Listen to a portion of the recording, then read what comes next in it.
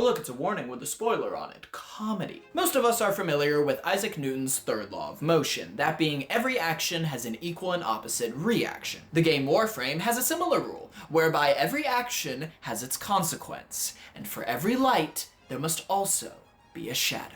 Welcome to Lore 101. Today we're talking about two characters from the game Warframe, the Stalker and Jade. Stalker's been around for a bit, first getting introduced in 2013 as an antagonist that hated Warframes about as much as Egon hates Bale. Curse you, Bale!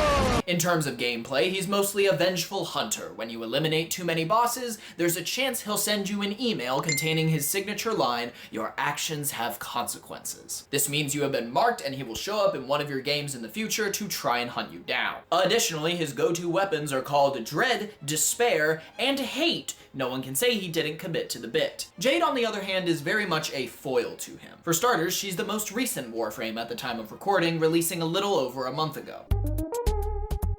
And while Stalker is edge personified, her whole vibe is being an angel of sorts, her abilities manifesting as beautiful songs and cleansing fire. Not only that, but her signature weapons are called Evensong, Kantari, and Harmony. Notice any similarities in the weapon types? Yes, Jade is in many ways the yin to Stalker's yang, but what if I told you that together they represent one of, if not the most tragic love story in all of Warframe? And that's saying something given its track record. As always, many events and terms will be given abbreviated explanations so that you're up to speed, but we don't spend most of the video talking about things that aren't the core topic. To start our journey into this forbidden love, we have to go way back before the start of the game to an event known as the Old War. The Old War was this massive interplanetary conflict throughout the Origin system, which is just our solar system but sci-fi. We go more in detail about it in these videos, but for this one, all you gotta know are the two major players: the Orokin Empire and the Sentients. The Orokin Empire was basically sci-fi humanity, largely led by a group called the Orokin, who were just the worst. The Orokin were the equivalent of royalty, an aristocracy, humans that had elevated themselves using bioengineering and gene manipulation to become the leaders of their empire, and by God did they do everything they could to ruin it. They created almost every problem we deal with in the game and absolutely loved strict classism and social hierarchies. If you weren't blue and you didn't have one long-ass arm for some reason, you were most likely garbage to them because I guess they took that one song by FO65 a little too literally. The Sentients, on the other hand, were an artificial race made by the Orokin. They were created to basically act like machines, but eventually they gained sentience, hence the name, and were like, wow, the Orokins suck, let's get rid of them. Boom, Old War. The first part of the war happens and the Sentients wreck shop, largely due to their extremely high damage adaptability and a couple other things. But during the second part, the Orokins start fighting back with these things called Warframes. Superpowered space ninjas made by taking citizens of the Orokin Empire, mostly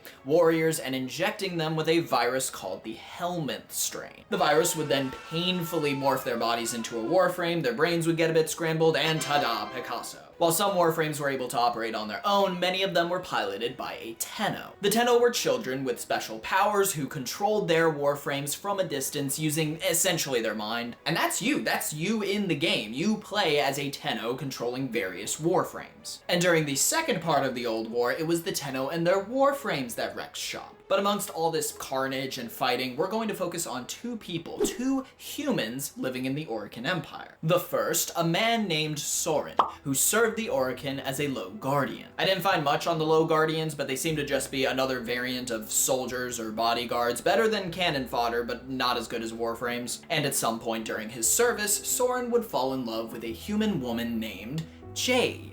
And some of you are already putting together how this is gonna end up. The two of them form a beautiful relationship, and eventually, Jade becomes pregnant. But see, remember those social hierarchies the Orokin were so fond of? Well, because of Orokin law, this pregnancy was deemed to essentially be illegal. Now, the specific reason isn't stated. It could be that Jade was of a higher social class than Sorren, or maybe the Low Guardians specifically were forbidden to have kids unless it was properly sanctioned. Either way, the Orokin found out about the pregnancy, detained and separated the two lovers, and as punishment, injected both of them with the Helminth strain, turning them into Warframes. Jade would become the Warframe we know now, while Sorren would be turned into the figure later known as the Stalker, And buckle in because it's about to get a lot worse. See, the helmet strain works by transforming biological matter, which in Jade's case included the child inside her. In terms of how this affected her pregnancy, we get a very unique description from a man named Ballas. Now, Ballas is a leading member of the Orokin and the primary person that oversaw the creation of the Warframes. He's also a genuine creep, massive control issues, often reveling in the suffering of those that defy him. He basically lives in the ick. And soon after Jade is turned into a Warframe, Ballas looks down at her and,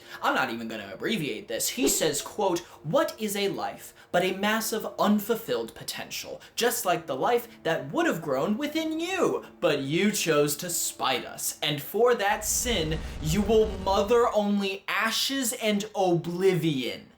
Jade. This man is basically mocking the sci-fi miscarriage of a woman he just turned into a puppet of war. Oh, but it gets better. Ballas then takes Jade and uses her to power the Jade Light. Now, the Jade Light was originally thought to be some sort of disintegration laser technology that the Orokin would commonly use to execute people. Come to find out that Jade either was the Jade Light, like she was the one actually doing the executions with her own abilities, or she might have been the battery for its technology. Either way, Ballas still took a woman that wanted to create life and forced her to become an executioner. I don't care what the concept of eternalism says, I'm gonna take my Umbra and I'm gonna make sure there isn't any Ballas in any timeline. Ballas would also sometimes send Jade to fight alongside the other Warframes, assigning her a Tenno to keep her in control. But when Jade felt her Tenno inside her mind, she pulled a Goodwill Hunting and just asked them, "What did they do to you?" The Tenno would dodge the question saying, we gotta get out there, we gotta fight, we can do this, trauma riddled in their voice. To which Jade would just ask again,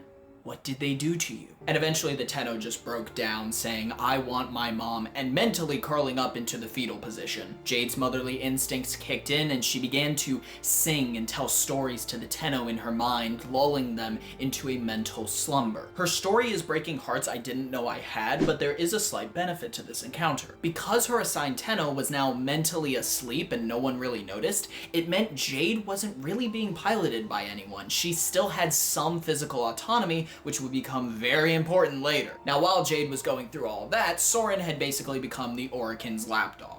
Racked with guilt at what had happened to Jade and their child, he started doing whatever the Orokin said in the hopes that he could just see Jade again. Ballas, of course, made sure to mock Jade with this information too. But even with all this, the mocking, the execution, Sorren becoming the Orokin's dog, quite possibly the most tragic part, for me at least, is the fact that Jade never gave up on her child. Even with Ballas' certainty that she would never conceive, she was determined to find a way to bring her child into the world. She imagined lifting her baby to the skies above the moon. She would play peekaboo with her Warframe mask, opening and closing it while looking at her belly. She thought of her child every day, every second. Most of this information about Jade comes from a memorial shrine you can find in the Conclave section of, I believe, any relay in the game. And while I would recommend reading it, only do so if you're willing to read about some heavy stuff. So to summarize, Jade is living through the worst baby shower ever, and Sorren is being the Orokin's lackey all the way up to the Night of the Naga Drums.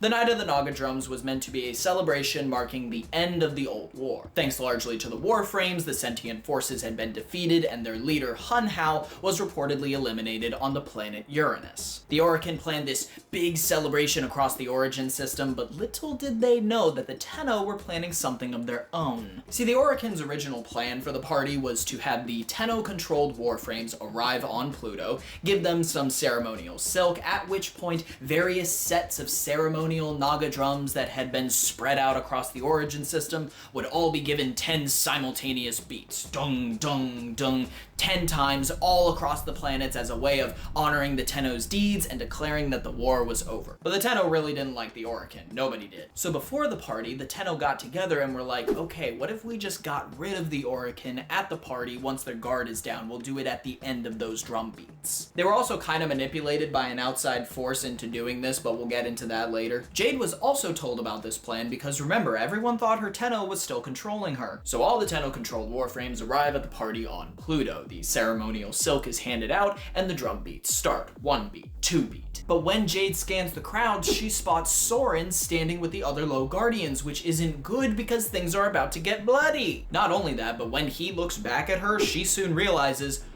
oh no, he doesn't recognize me, that could be a problem. Now it's unclear whether Sorren just didn't recognize Jade in her Warframe form, because this was probably his first time seeing her in that, or if he had completely forgotten about Jade and their child and was just serving the Orokin blindly at this point. Remember, Warframe brains often got pretty scrambled, whether because of the Helmet strain doing its thing or because of extra torture that the Orokin put them through. Throughout Sorren, aka Stalker's backstory, it's constantly a question of how much he actually remembers about his life before the Night of the Naga Drums, and this is one of those moments. Speaking of Sorren though, when the Warframes arrived and the drum beats started going while everyone else was relaxed and jovial, he noticed that the Warframes were poised, much like a snake waiting to strike. He didn't know what exactly, but his instincts told him something bad was about to happen. He tried to call out to the Orokin, but all that came out was a mangled whisper because Warframes aren't very good public speakers. The 9th drum beat came, the Tenno-controlled Warframes unsheathed their weapons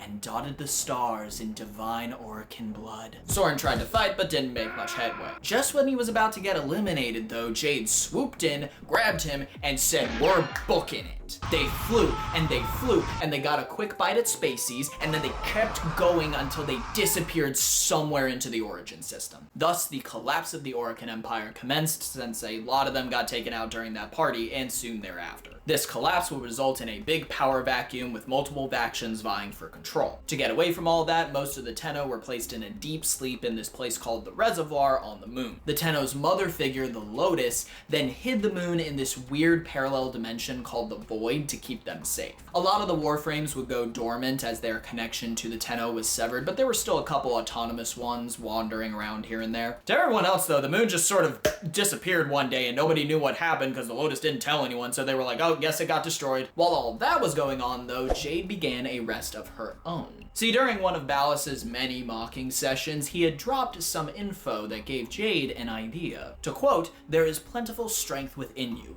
but only to keep you preserved as you are now. Your child, alas, will never grow, even if you fed it with all the strength in your body. Perhaps, if you lay lifeless for a year, the child would twitch a little, a century, and its heart might begin to beat 1,000 years, and who knows, perhaps you might feel a kick. Do you feel like you have to take a shower yet after listening to him? Good, so do I." But Jade, being a mother that stood on business, said, "I bet I've got 1,000 years to spare." See, Warframes don't really age. They're effectively immortal unless they just take way too much damage. But if one were to simply lay down and focus all of its energy into another life form over several hundreds of years, they could do that. And so that's exactly what she did once she and Sorren were out of there. To put this in perspective, during the entire time that the Tenno were asleep, throughout all of the quests we play in the game, Jade has just been lying down, hidden in the background, constantly channeling her strength so that her child may live. It's also assumed that after being saved, Sorren started secretly watching over her, because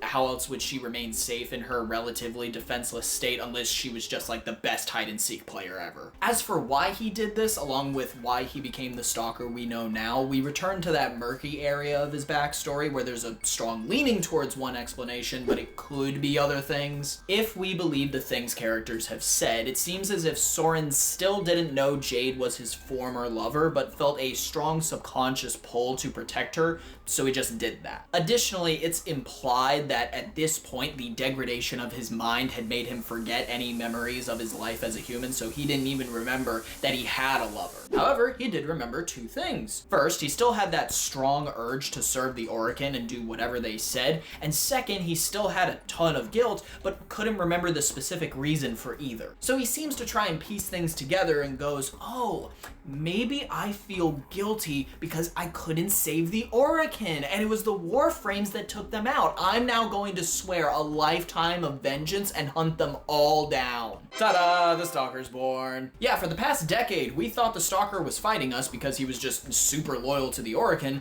but in actuality, it could just be a very unhealthy, misplaced coping mechanism in which he's still trying to atone for the things that happened to his lover that he can't even remember anymore. Which means this terrifying hunter may very well be just a bundle of mental health issues barely held together by sheer edginess, and if you personally feel called out by that, remember to take your meds and drink some water. So the Tenno go to sleep for a while, Jade starts channeling her energy into her baby, and Sorren becomes the Stalker and starts hunting whatever Warframes and enemies he can to put some experience on his resume. And thus we finally reach the actual start of the game. From here on, we're mostly going to be focusing on Stalker because Jade was presumably just laying in the background for most of this. For the first chunk of the game, Stalker doesn't have much narrative purpose. He just goes around hunting Warframes, bringing home the bacon for his stay-at-home baby mama. Before we get to his first big narrative role, though, we do have to make a quick pit stop at the Natah Quest. Yes, you can grab some snacks from the gas station. The Natah Quest is something you can unlock around the time you reach Uranus in the game. Stalker's not in it, but it contains some crucial information for understanding future quests. For starters, Hunhow, the leader of the Sentients, is alive. He apparently faked his demise and has been trapped inside Uranus all this time. We also learn the Lotus is his daughter. She was originally an inside agent for the Sentients during the Old War. She was the one that manipulated the Tenno into slaughtering the Orokin, and was also supposed to be the one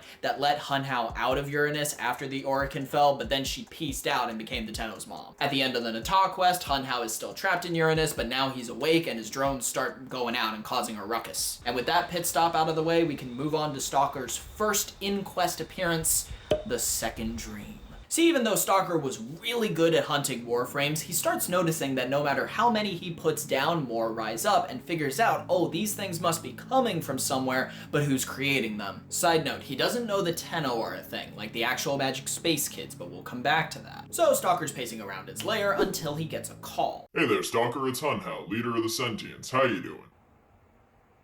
Okay, cool. Look, I'm gonna cut to the chase. It's really lonely being stuck inside Uranus, and my drones have been telling me to go out and make some new friends. But being a giant destroyer stuck inside of a planet means I don't really have much in common with people, except for my hatred of the Warframes. So I was thinking, what if we teamed up? I'll give you a cool sword. In the Second Dream quest, Stalker and Hunhow team up to take down the Warframes by destroying the reservoir, the place where all the Tenno were hidden. Hunhow knows where it is, but can't send his drones because it's still in the void, and the void is poisonous to sentients, so he sends Stalker to do it for him. Stalker's given a new weapon named War, which is carved from Hunhow's very body, and gets transformed into the Shadow Stalker. Now, the Shadow Stalker seems to just be a much more aggressive version of the Stalker, amped up with sentient abilities, so he's a grade A menace. The Tenno and the Lotus have to team up with this really scummy scientist dude named Aladvi to stop Hunhow's plan, but even with that, the Shadow Stalker still almost accomplishes his mission. He forces the Lotus to pull the moon out of the void, he goes to the reservoir, you manage to get your Tenno body out of its sleeping pod, but before you can leave, he arrives. But just when everything looks bleak, he takes one look at your Tenno body and goes, "Oh god, what is that?" Remember me mentioning that the Stalker didn't know the Tenno were a thing? Well, he knows now, and he does not take it well. Cause he looks at this thing, pieces together that it can control Warframes, remembers that he's technically a Warframe, and goes, "Oh, has one of those things ever controlled me at some point? I can't remember, my memory's horrible." Picture your worst enemy. Now imagine finding out that at one point they were possibly piloting your body for an indefinite period of time. That's what he's going through. Quick thing, Stalker does say the word Tenno before this reveal, but that's just because Tenno is sometimes used as another word for Warframe by characters who don't know any better. Aladvi does the same thing in the quest at some point where it's clear he's talking about a Warframe, but he uses the word Tenno, and he also doesn't know about the Magic Space Kids. Anyways, Stalker starts having an existential crisis, which buys time for you to get away. He eventually follows you back to your ship, there's one more final fight, Stalker gets defeated, goes back to Hunhow, and the Second Dream quest ends. But remember how Aladvi helped the Tenno in the Second Dream? Well, Stalker wasn't gonna let that slide. Instead of going after Alad himself, though, the Stalker trained up some people called the Acolytes and sent them after Alad. Not much seems to be known about the Acolytes, assumably they're just people that share Stalker's hatred of the Tenno, but it's unclear on whether they're just normal people given Warframe-like abilities, or if they're somehow rebelling Tenno, or maybe some really old Warframes left over from the Old War. Either way, the Tenno saved Aladvi, and now the Acolytes are just around doing Stalker things. And after that, Stalker was quiet for a bit until the New War. Old War, New War. This quest, released in 2021, was basically the Avengers Infinity War of Warframe, interweaving so many different characters and storylines into one big cinematic experience. The two main antagonists of this quest were Era, the son of Hunhow that considers his father to be a failure, and everyone's favorite, Ballas! Yep, he somehow survived all this time. Isn't that great? Ballas is the main one leading the show. He gets a big sentient army thanks to Era, proceeds to mind control most of the people in the Origin system, tries to enslave the Lotus for his own uses, and threatens to destroy the sun if she doesn't. Hun Hao obviously doesn't want his daughter to fall into the hands of that creep, nor does he want the sun to go away because that's kind of bad for everyone. So he and the Stalker enter a temporary alliance with your character to take down Ballas and Era, and it was magnificent. Stalker gives you a bow to fight with, he assists you in some of the big fights, he even delivers the finishing blow on one of the mini-bosses by ripping out its battery with his scythe. Speaking of his scythe, Stalker in this quest is notably not in his Shadow Stalker form, he's back to using hate. If he spawns in one of your games after the new war, he'll still be in Shadow Stalker form, but this difference in appearance could be seen as a turning point in his character that we'll get into later. Regardless, thanks to the help of Hun Hao, Stalker, and countless others, you're able to beat Ballas and Era, save the Lotus, and return the Origin system to whatever passes for normal around here. However, because of the events in the new war, as well as just the amount of time they've spent together at this point, Stalker and Hun Hao's relationship begins to change. Hey Stalker, how you doing? We'll get over that hump eventually. So I've been thinking, with recent events, watching you fight alongside the Tenno, it kinda seems like you work pretty well with the— Hey, what are you doing? Get back here. Look, I realize I screwed up when it came to my family. My daughter pretty much hates me, my son is currently being possessed by a sentient ram spirit, and my maybe kind of sort of wife has possibly been destroyed twice. I am alone, but you shouldn't have to be. You can still make amends with the Tenno. I know your whole deal is hating them, but why? Because of the Orokin? Trust me, those blue assholes aren't worth holding a grudge over. And while you're at it, get rid of that sword. I know I gave it to you, but you're just not you when you wield that thing. Take up your scythe again. Don't just destroy indiscriminately. Do it for something greater. Do it so that better things may rise out of the carnage. Otherwise, you're just gonna live with a target on your back for the rest of your life. Please, I'm literally being more of a dad to you than my own kids right now. Was that good? Did I do good? I'm incapable of saying no. That was a very abbreviated, artistic interpretation of the Reaper's Lament, a transcribed conversation between Hun Hao and the Stalker that seems to come after the new war. You can find it on the Warframe website. I highly recommend you give it a read. And with that, we've been on quite the journey so far. Starting with Sorren and Jade as lovers, then into their lives as Warframes in the Orokin Empire, the Night of the Naga Drums, Jade resting for centuries, Sorren becoming the Stalker, then the Shadow Stalker, then back to the original Stalker, and it all comes to a head with the Jade Shadows quest. This was the most recently released quest at the time of recording. It's what introduced us to Jade and her story, and it's what will bring us to our conclusion. So Stalker's been supposedly taking care of Jade all this time, at some point moving her to Uranus when he moved in with Hun Hao. He supposedly still doesn't know who she is, but sometime after the new war, he starts to realize that her life force is draining away. Unbeknownst to him, the baby is close. Again, it seems to be implied he doesn't know why it's happening. He doesn't know that she's channeling her strength into her child. He just knows he has to protect her. So he does his best to treat her, stealing bioplasma from a Corpus ship to try and heal her, but her affliction continues to eat away at her. Not only that, but stealing that bioplasma gets the Corpus, who are one of the other large factions, a little heated. So now they're targeting the Stalker too. Hun Hao convinces the Stalker to once again seek the help of the Tenno, which he begrudgingly does via some aggressive diplomacy. It's suggested he gathers something called cortichrome to heal her, so that's what he does. But while all this is happening, throughout the quest, strange images of two lovers begin to pierce through his scrambled psyche, and a name, Sorren, repeats over and over again in his mind. Stalker returns to his lair and tries to administer the cortichrome, but before he can,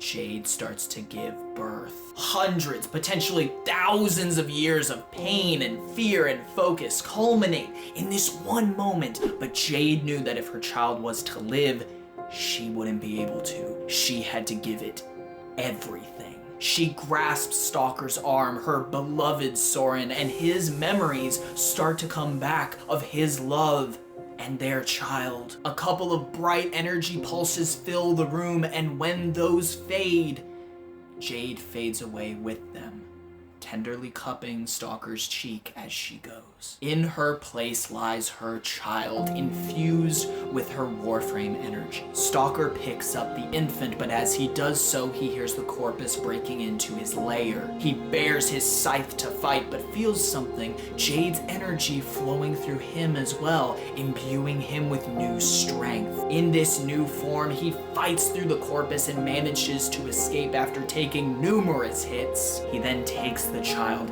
his child, to the moon and turns their eyes to the sky just as Jade wanted. And now stands the Protector Stalker, a life of vengeance and servitude now dedicated to his and Jade's child.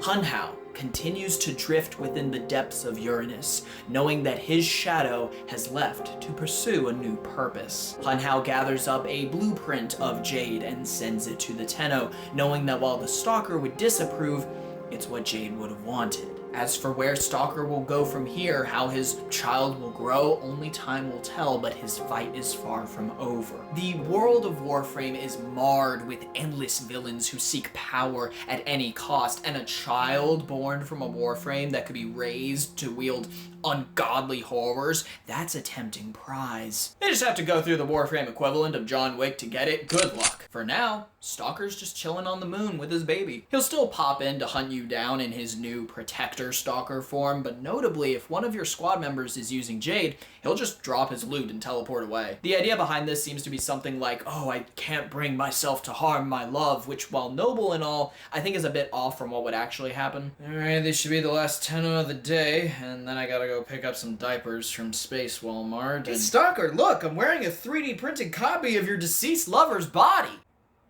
I'm not dealing with this. And that finally brings us to the end of Where Do I Come In? Parvos, we already did your video. This is about Jade and Stalker. Yes, but where do I come in? I don't think you... Oh my god. One last quick thing. When Jade dissolved, essences of her energy essentially were left around the Stalker's lair. This is Parvos Granum, one of the big bads of the Corpus faction, and he somehow figured out how to harvest those essences and use them to make a new kind of enemy variant that can shoot little Jade light lasers. So if you see one of those walking around in game, they were basically the result of Warframe grave robbing. Capitalism at its finest. Now, as for why other factions besides the Corpus also have this variant now, gameplay, I couldn't find a reason beyond how they started. And that about wraps things up. I hope you all enjoyed.